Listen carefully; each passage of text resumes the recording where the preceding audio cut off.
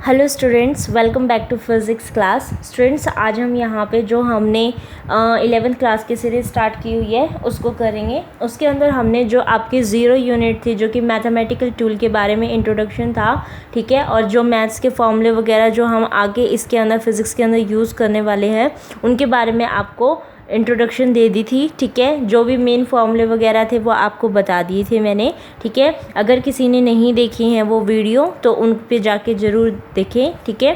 तो आज हम जो स्टार्ट करने वाले हैं वो हमारी फर्स्ट यूनिट स्टार्ट करने वाले हैं, ठीक है।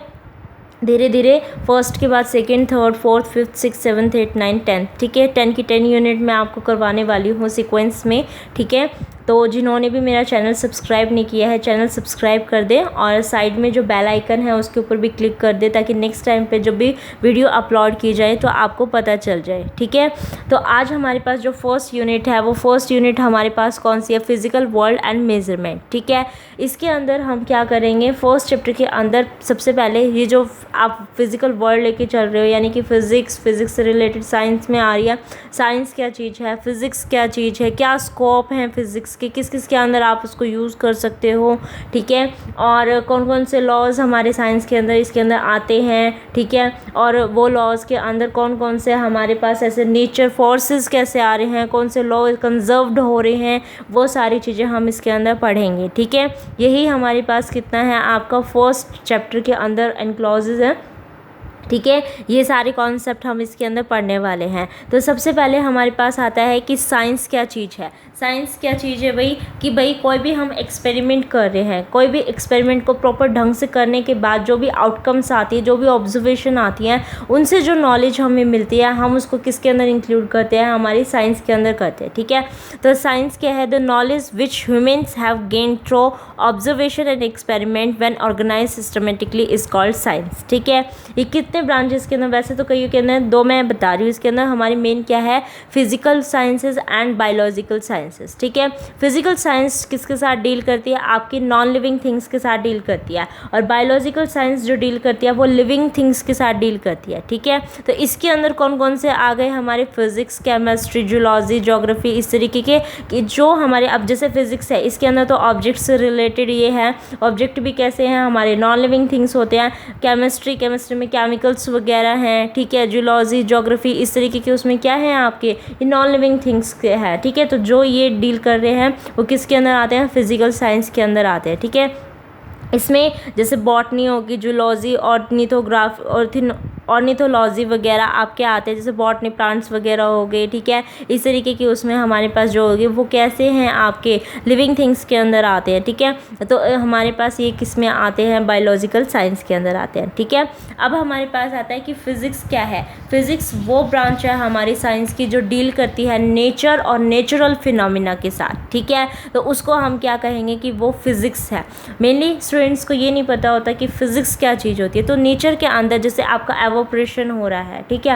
एवोपरेशन के अंदर क्या होता है? वाष्प उसमें होता है। आप कोई भी क्लॉथ वगैरह है उसको एकदम सुखाते हो तो गर्मी ज़्यादा होती है तो वो क्या हो जाता है? वाष्प होना स्टार्ट हो जाता है और वो कपड़ा जो है, क्लॉथ जो है आपका, वो ड्राई हो जाता है, ठीक है। तो इसका मतलब ये क्या है? एक नेचुरल फिनोमिना हो रहा है, वो हम किस में बताते हैं? फिज़िक्स के अंदर बताते हैं, ठीक है। तो इस तरीके के जो फिनोमिना, जो नेचर और नेचुरल फिनोमिना, नेचर से रिलेटेड जो फिनोमिना वगैरह हमारे इसके अंदर आते हैं वो हमारे को किस में आते हैं? फिज़िक्स के अंदर आते हैं, ठीक है। अभी कहते हैं स्कोप क्या है फिज़िक्स का। तो ये कहते हैं स्कोप बताने से पहले जो हम ये बताते हैं कि भाई जो हमारे फिज़िक्स के अंदर हैं दो तरीके के हमारे पास इसके अंदर, टू टाइप्स के हमारे पास इसके अंदर आते हैं डोमेन्स। कौन कौन सी? एक तो मैक्रोस्कोपिक डोमेन्स आती हैं, एक माइक्रोस्कोपिक डोमेन्स आती है, ठीक है।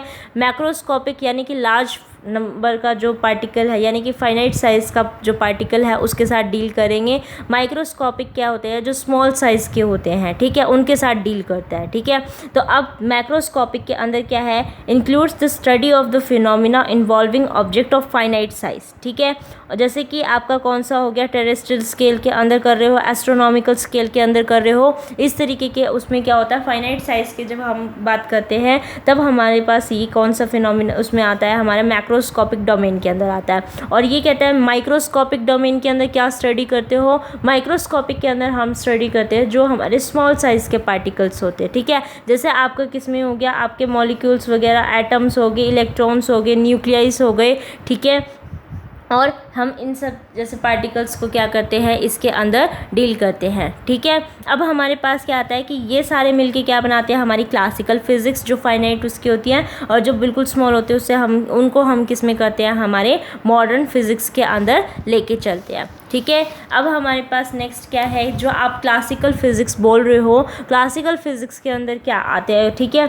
तो सबसे पहले हमारे पास इसमें कौन कौन से सब्जेक्ट्स आते हैं, एक मैकेनिक्स आता है, थर्मोडायनेमिक्स, इलेक्ट्रोडायनेमिक्स, ऑप्टिक्स वगैरह, इन तरीके के सब्जेक्ट इसमें आते हैं, ठीक है। मैकेनिक्स क्या है, वो किन किन चीज़ों के साथ डील करता है, ठीक है। मैकेनिक्स किसके साथ डील करता है, जैसे पार्टिकल्स होगी, कोई रिजिड बॉडी होगी हमारी, डिफॉर्मेबल यानी कि प्रेसेबल हो जाए, आपकी लिक्विड्स वगैरह आ गए, या वेव्स हैं किसी भी, जैसे वाटर की वेव्स वगैरह, साउंड वेव्स वगैरह चलती हैं, तो इन सारी चीज़ों के साथ जो हम डील करते हैं, इनके क्या क्या फिनोमिना आगे फर्दर लगते हैं, वो हमारे किसके अंदर आते हैं, मैकेनिक्स के अंदर आते हैं, ठीक है।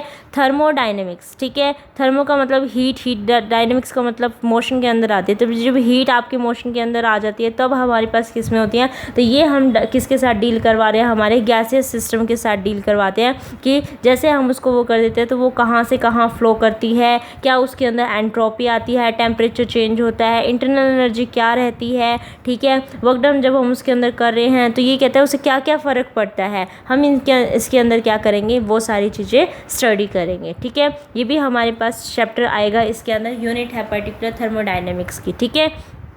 उसके बाद इलेक्ट्रोडायनेमिक्स आता है। इलेक्ट्रोडायनेमिक्स किसके साथ डील करता है, जो इलेक्ट्रॉन्स वगैरह आपके मूव करते हैं उनके साथ डील करता है। उसके बाद वो मैग्नेटिक फील्ड भी आता है, तो इलेक्ट्रोमैग्नेटिक फील्ड के बारे में भी बताएगा। तो इसके अंदर हम क्या करते हैं, स्टडी करते हैं इलेक्ट्रिक और मैग्नेटिक फिनोमिना के साथ, जो कि किसके साथ कनेक्टेड होते हैं, हमारे किन्हीं उन चार्ज पार्टिकल और मैग्नेटिक मटेरियल के साथ, ठीक है। तो उनके साथ हम क्या करेंगे, इसको डील करते हैं, वो स्टडी करते हैं हम ये सारी चीज़ें इसके अंदर, ठीक है। कौन कौन से लॉ इसके अंदर आप पढ़ सकते हो, ये कौन कौन से हैं, कूलम्ब्स लॉ और स्टेट एम्पियर और फैराडे लॉ जैसे लॉज आपके इसके अंदर यूनिट के अंदर आएंगे, ठीक है। उसके बाद हमारे पास इसके अंदर आता है कि कौन कौन से आपके, जैसे फिज़िक्स है, फिज़िक्स और सारे सब्जेक्ट से भी रिलेटेड है ना, अभी हमने बताया। तो ये कहता है कौन कौन से और ऐसी है जिनके अंदर हमारे पास अदर उसमें जैसे रिलेटेड है हमारे, जैसे केमिस्ट्री में इसका यूज़ है, किस उसमें एटम्स के स्ट्रक्चर को हम एग्जामिन कर सकते हैं, रेडियो एक्टिविटी, XRD वगैरह हम फाइंड आउट कर सकते हैं, ठीक है। अभी कहते हैं इससे क्या होगा, इससे हम जो भी आपके केमिकल स्ट्रक्चर वगैरह होंगे, अगर वो कॉम्प्लेक्स है उसको इजीली बता सकते हो, उनकी केमिकल बॉन्डिंग को अच्छे से समझ सकते हैं हम इसके साथ, ठीक है। और जो केमिस्ट वगैरह होते हैं वो पर्टिकुलर उनके जो एलिमेंट्स हैं, ठीक है, उनको पीरियोडिक टेबल के अकॉर्डिंग, उनके एटॉमिक नंबर के अकॉर्डिंग उनको अच्छे से अरेंज कर सकते हैं, ठीक है। तो ये किसके उसमें हमारा उस पे हुआ, हमारा फिज़िक्स के उस पे हुआ, ठीक है। उसके बाद आता है बायोलॉजिकल साइंस, ठीक है। बायोलॉजिकल साइंस के अंदर क्या होता है, जो छोटे छोटे हमारे हो गए इन जो हमारे स्मॉल साइज़ के पार्टिकल्स हैं उनको कहते हैं ऑप्टिकल माइक्रोस्कोप की हेल्प से। अब ऑप्टिकल माइक्रोस्कोप किस में बन रहा था हमारा, ऑप्टिक्स, यहाँ पे एक ऑप्टिक्स रह गया आपका।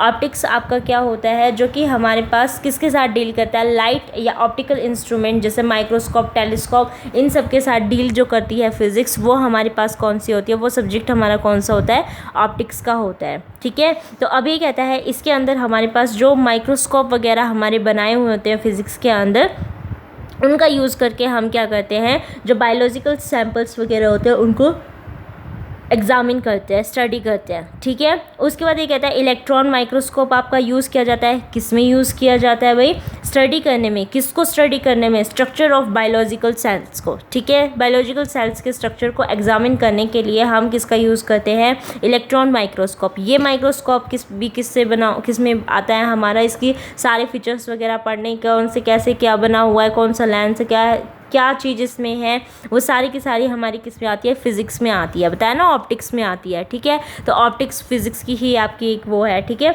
अभी ये कहता है इसके अंदर रेडियो आइसोटॉप्स है, जो कि किसके अंदर यूज़ किया जाता है, हमारा कैंसर ट्रीटमेंट के अंदर यूज़ किया जाता है, ठीक है।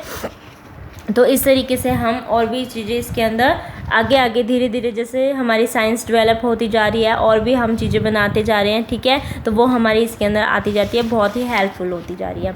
उसके बाद हमारे पास इसके अंदर आता है एस्ट्रोनॉमी में। एस्ट्रोनॉमी में जैसे एस्ट्रोनॉमिकल टेलीस्कोप वगैरह हैं आपके, ठीक है, वो हमारी हेल्पफुल है किसके अंदर, जैसे स्टार वगैरह हो गए, प्लैनेट वगैरह हो गए, उनके अंदर उनको देखने के लिए हम यूज़ करते हैं, ठीक है।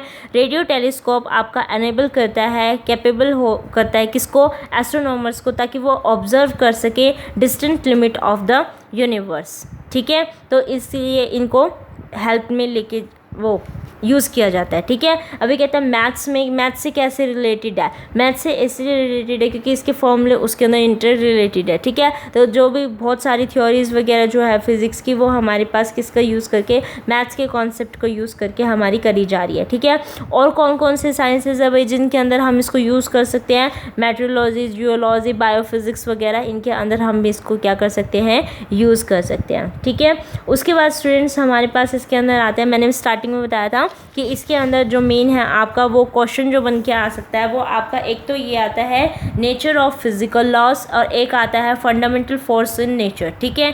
तो ये हमारे पास जो नेचर के अंदर हमारे पास फोर्सेस आते हैं वो हमारे 4 तरीके के फोर्सेस हैं। कौन कौन से हैं, ग्रेविटेशनल फोर्स आता है, वीक न्यूक्लियर फोर्स आता है, इलेक्ट्रोमैग्नेटिक फोर्स आता है और फिर सबसे ज़्यादा स्ट्रॉन्गेस्ट फोर्स आता है, ठीक है। स्ट्रॉन्गेस्ट फोर्स आपका कौन सा होता है, हमारा न्यूक्लियर फोर्स का होता है, ठीक है। इनको डिटेल में हम नेक्स्ट वीडियो के अंदर पढ़ेंगे, ठीक है। उसके बाद हमारे पास आता है नेचर एंड फिज़िकल लॉस, ठीक है। ये बिल्कुल इजी हैं एक्चुअली में, कि बस ये चीज़ है कि भाई इनिशियली और फाइनली जो आपका आपने करा है वो आपके कैसा होना चाहिए, कंजर्व्ड होने चाहिए, ठीक है। कौन कौन से कंजर्वेशन लॉज आप इसके अंदर पढ़ते हो, ठीक है। कौन कौन से पढ़ेंगे स्टूडेंट्स इसके अंदर, law of conservation of energy, law of conservation of linear momentum, law of conservation of angular momentum and law of conservation of charges, ठीक है। तो यहाँ तक हमारे पास क्या हो गया, ये वाला हमारा फर्स्ट यूनिट का जो आपको फर्स्ट चैप्टर है वो मोस्टली आपका लगा लो कि कवर ही हो गया है, ठीक है। सिर्फ क्या जो नेक्स्ट वीडियो आएगी उसके अंदर आपका क्या रह जाता है, थोड़े बहुत ऐसे साइंटिस्ट जिन्होंने डिस्कवर कर रखे हैं जो मेन पूछे भी जाते कई बारी, थोड़े से तो वो बताऊंगी मैं आपको, ठीक है। और जो हमारे पास ये जो फंडामेंटल फोर्सेस हैं आपके, इनको एक्सप्लेन करके और साथ में जो आपके नेचर ऑफ फिजिकल लॉज हैं उनको एक्सप्लेन करके बताऊंगी, ठीक है।